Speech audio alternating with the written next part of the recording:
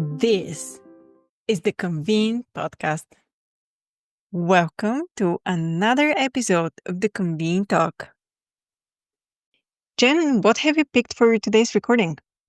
Thanks, Maggie. So I've actually not picked one story, but really several, including one that I wrote last week. And it's really just the number of stories that are showing dips in travel, dips in exhibitors, dips in attendance as a result of some of the current administration's new policies around border control and tariffs.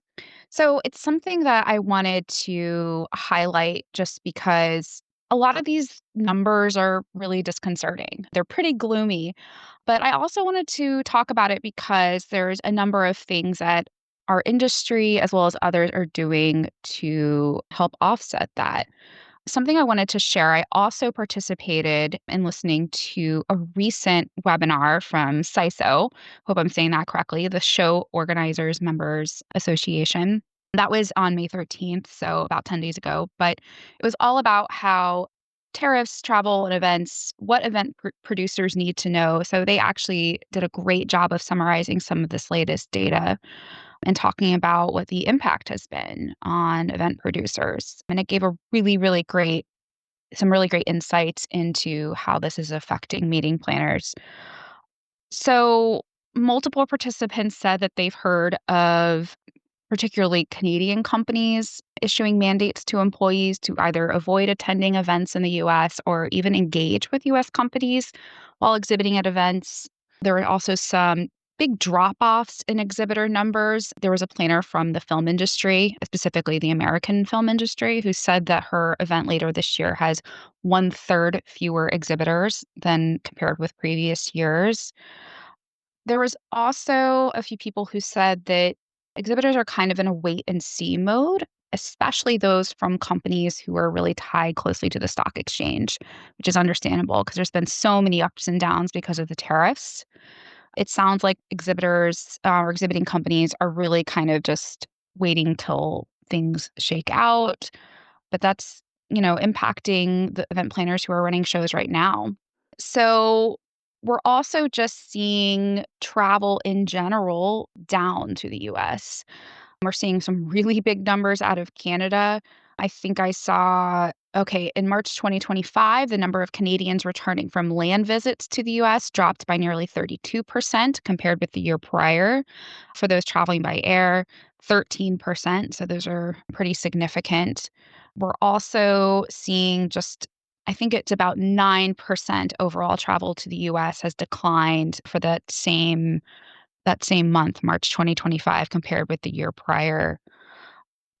So I think right now people are really concerned that this could affect attendance for future events, especially some of the bigger events that the US is expected to host next year and beyond. So that includes like the World Cup, that includes America's 250th anniversary that's happening next year, also in 2026.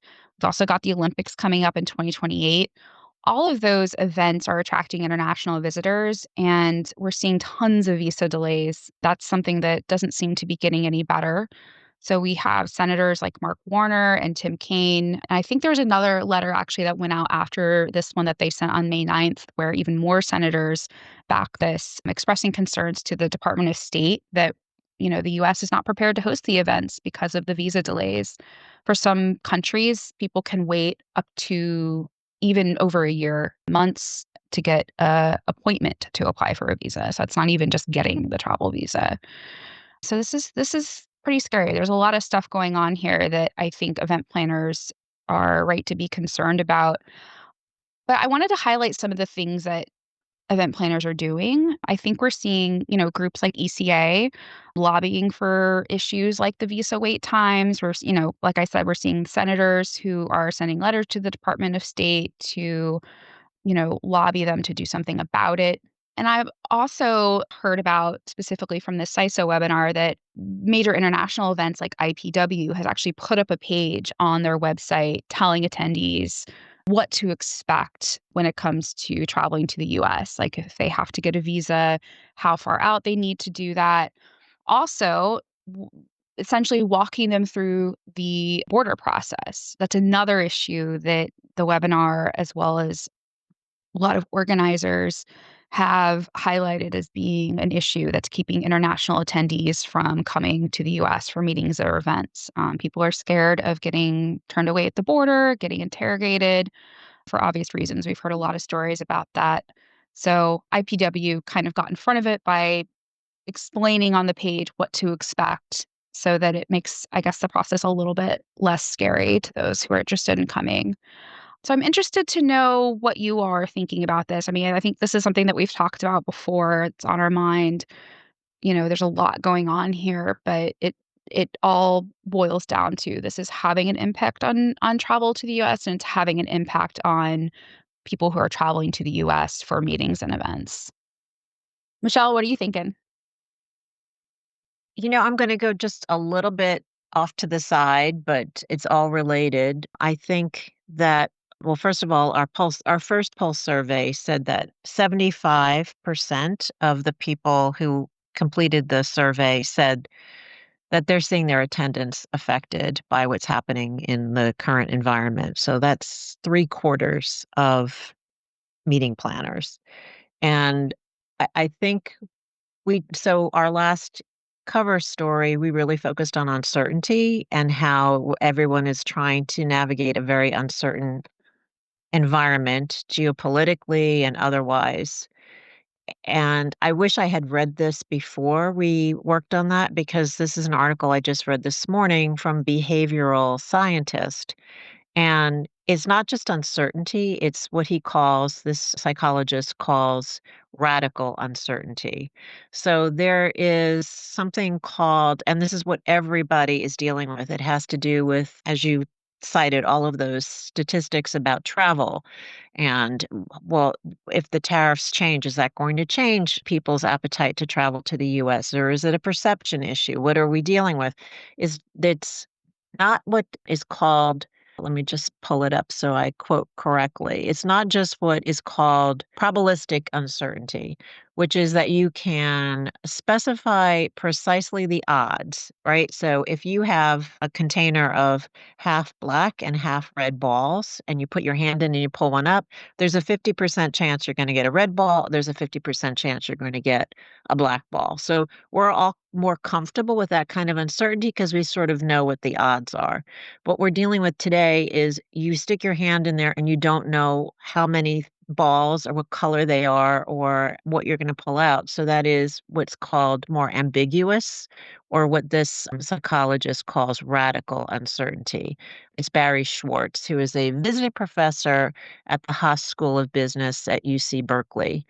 And I think he doesn't have any suggestions for how to deal with it. He just says we have to acknowledge that we're all living with this radical uncertainty, and it makes people anxious and uncomfortable. And I think for planners, I think to recognize that all of this is new territory and there's no way of knowing how the tariffs are going to change, if they're going to change, whether the geopolitical situation is going to improve, or whether the US reputation for welcoming visitors is going to get worse. There's just no way to plan for that. And so they, I think, are in a really difficult spot. But at least recognizing that everybody's experiencing this makes me feel better, that it's not just this anxiety is something I'm feeling, but is sort of generalized for everyone, particularly when you're trying to plan something. So that's my little off to the side conversation. But I think looking at all these stats, it's just something is happening, but what's it going to be like in the next couple of months? Barbara, what do you think? This also sounds like kind of off to the side, but when you were speaking, it just made me think about just the conversations people have around purpose. Like, why are we meeting? And it feels like in the face of that radical uncertainty, like it's really important to know why you're meeting, why you need to meet in person. Some of those answers apparently are we don't need to meet right now in the face of all this uncertainty. because, you know, meetings are like they are something that are a variable. They're not like these fixed costs. There's things that can be adapted and adjusted. So I think that makes it easier to postpone. We just read today about a big cybersecurity conference that was being postponed. And I think like I don't really know what a remedy is for that when it's so uncertain, other than just being very specific about why you're meeting and being able to connect your meeting to that purpose. I think also to one option for some meeting planners, some of the stats have shown that it may be that they deal with that uncertainty by moving their meeting altogether to outside the US. So this survey that GBTA, the Global Business Travel Association, did showed that about 20% of companies have started to or are considering either canceling their meeting or relocating their meeting to outside the US. And that says to me that they're willing to pay money to avoid that uncertainty. Or there's an example that Tommy Goodwin from that webinar also shared that he heard from someone, a colleague in the industry, who said that a meeting planner called up the venue or the hotel and said, "Where can we send our $500,000 cancellation check to cancel our event?" Like, no conversation, no negotiation, no nothing. They just wanted nothing to do with the US and their meeting. I don't really have any more context besides what he shared, but to me, it's a little scary because, I'm wondering how DMOs are feeling right now in the US. Are they, especially like the destinations that really see a ton of meetings business or meetings hotels that really, really rely on that business, and they're not just leisure. Because while I think I've seen a few polls and some research that shows like domestic travel, especially leisure travel, is not really changing right now. Like, there's still plenty of that. The meeting side and the business travel is what's really going to struggle. So you're right. Like, if there's not a really, really good purpose, a business reason, like they really, and if they have a lot of international attendees who don't feel comfortable or can't come here because of all these back hurdles, then you may see them go elsewhere. I had a little peek into the results of the second poll survey that we are running, but it appears to be the same as what we already saw in the first one in terms of communication. So there's a lot of uncertainty, but it seems to paralyze planners. So they're not really proactively communicating what's happening and how people can navigate all these changes and respond in a sense that, yes, I can book my travel and still come to the meeting.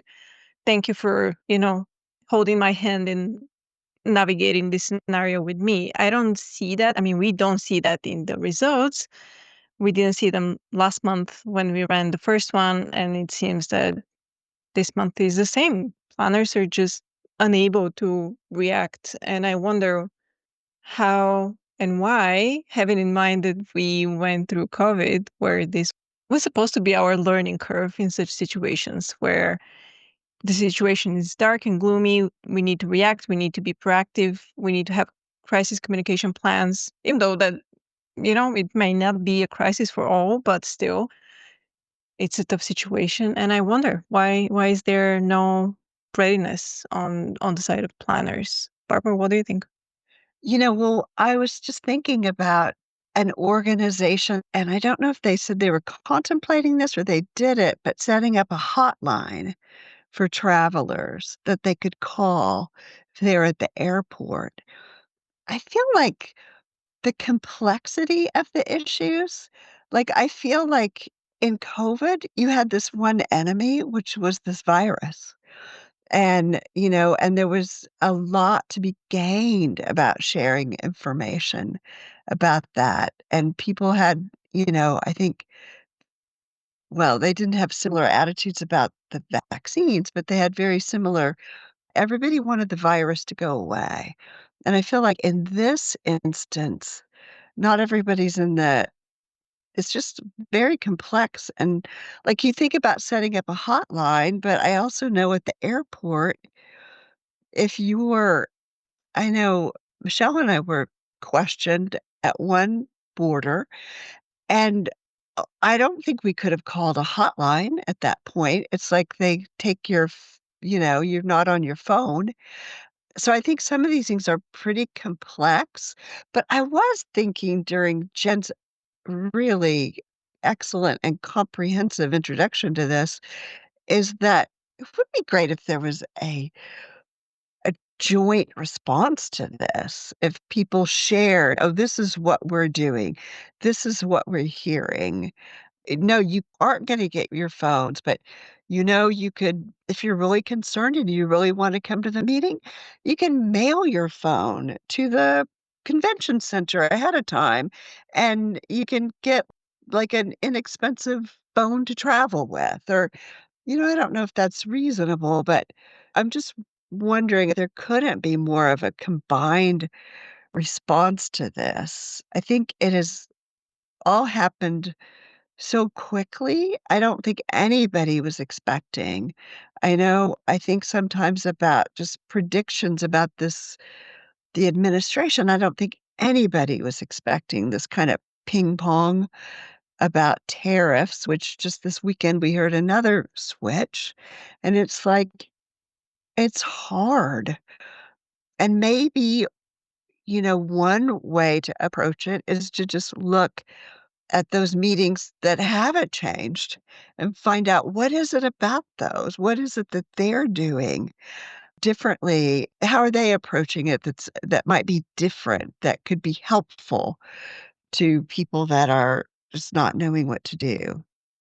Yes, you make a great point about international attendees, especially need to hear, well, what do I do if I get pulled aside?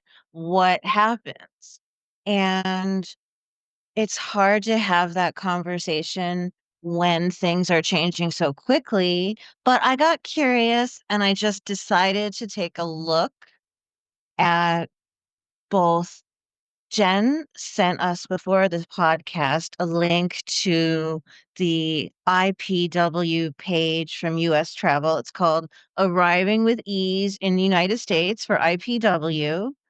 And it just has a long list of instructions for people.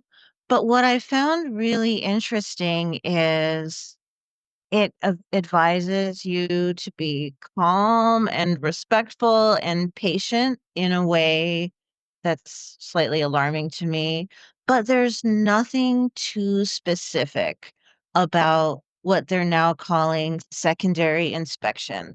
And that's basically where people are being detained and questioned for an unknown amount of time. Someone might take your phone, or they can even legally ask you to share your passwords to your social media accounts. And so I'm not sure that it's on the meeting planner to to communicate extra advice, but I think it is worth it for anyone traveling to the US who's not a citizen to like proactively look for other resources about what to do if you get pulled aside for this secondary questioning.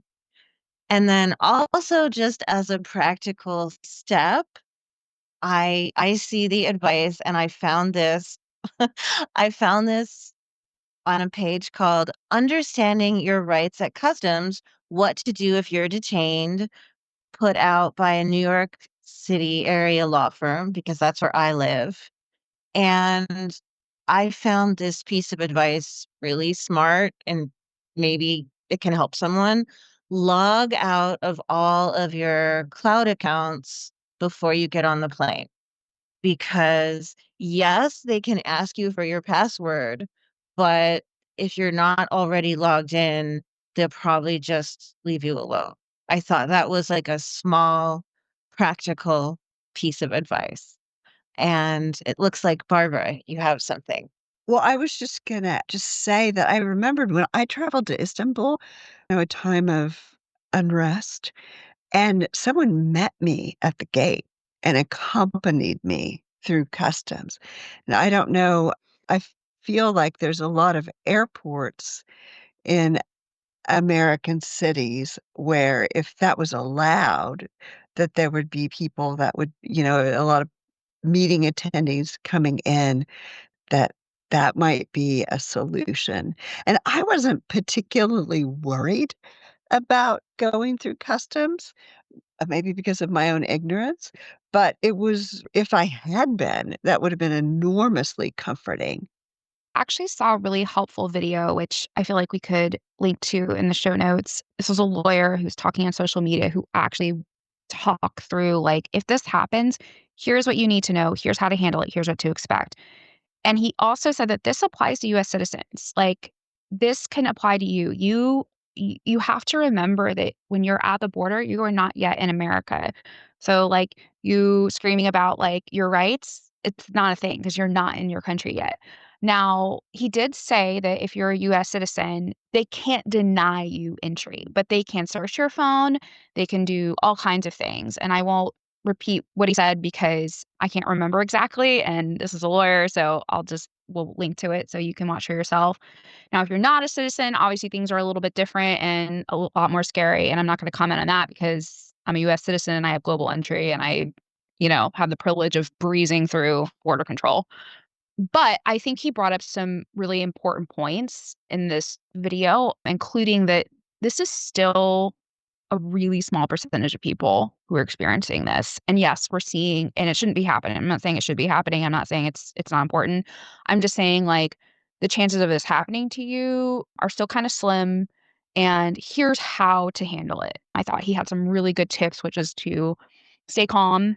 There are some things you can do with your phone ahead of time, but you have to remember that they can search your phone, citizen or not. There are certain things they can't do with your phone, and they can't download things from your phone.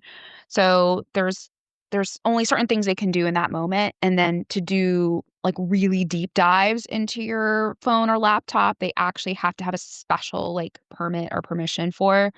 Again, grain of salt because I'm just repeating what he said, and it's been a minute since I watched this video. But I think, I would love to see maybe meeting planners posting something like that. Like, have a lawyer record something similar and post it on their site, kind of walking them through what this means for both a US citizen, and for those who aren't. I think that would make people feel a lot better.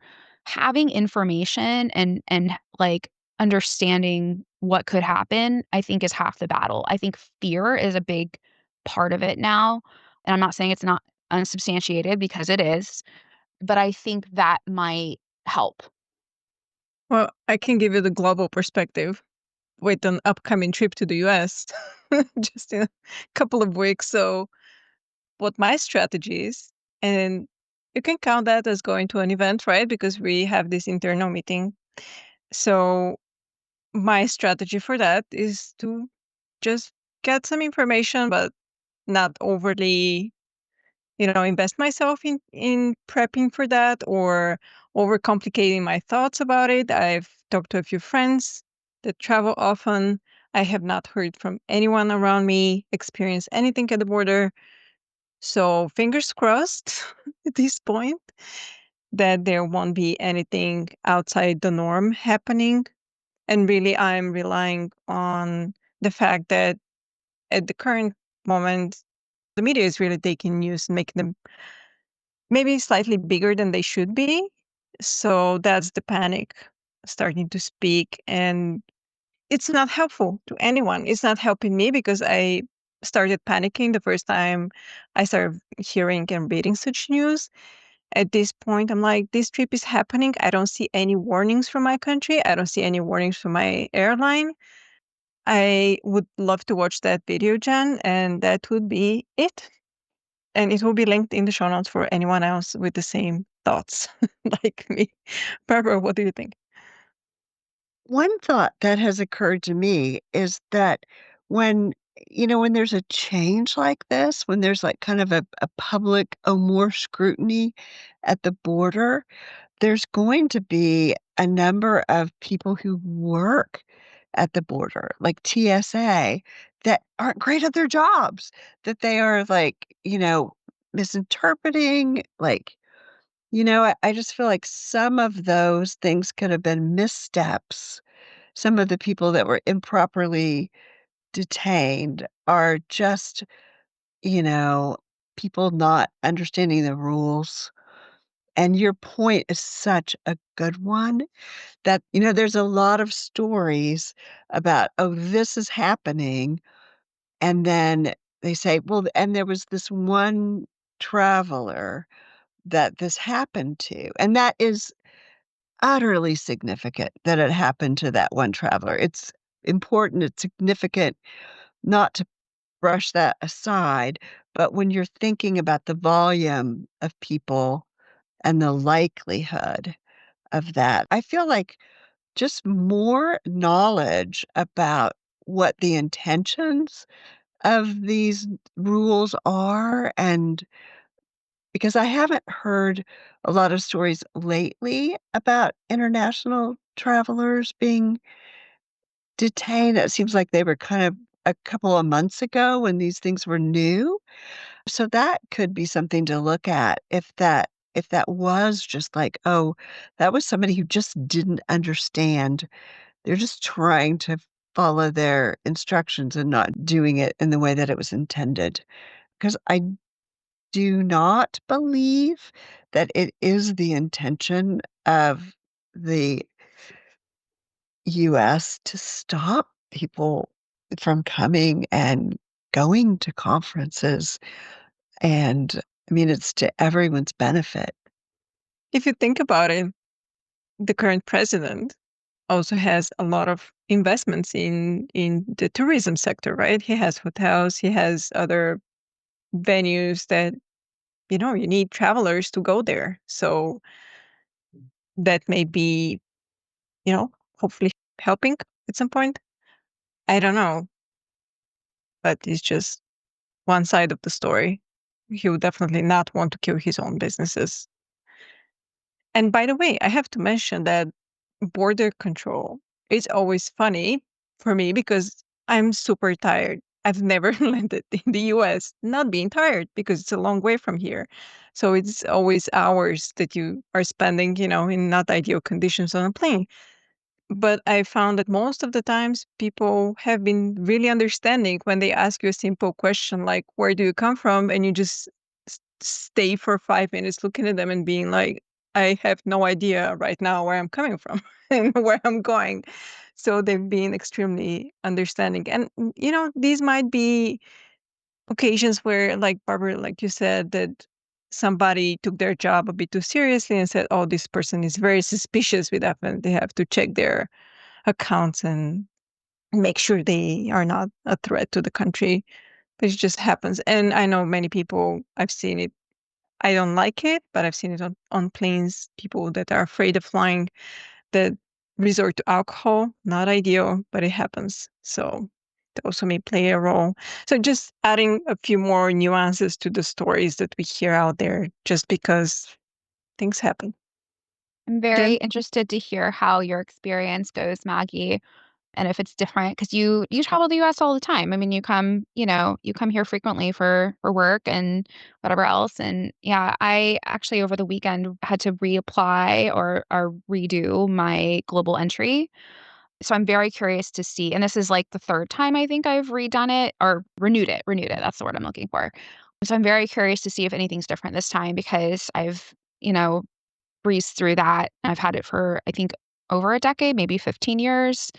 I got it as soon as I possibly could because I travel a lot. But I'm very curious to see, especially with like, you have to list all your countries that you've been to since you've done it. And I listed like Egypt, I've listed Bhutan, and Bhutan is on the red list. Another thing that I touched on in my story is that Trump is still expected to sign an executive order for a new travel ban, which if you've read about it, it's going to be a little bit different from the first go around. It's going to have 3 tiers.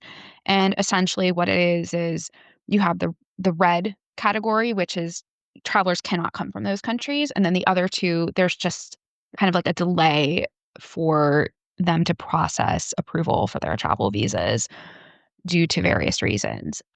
Bhutan, strangely, which I just went to last year, makes absolutely no sense, is on that red list.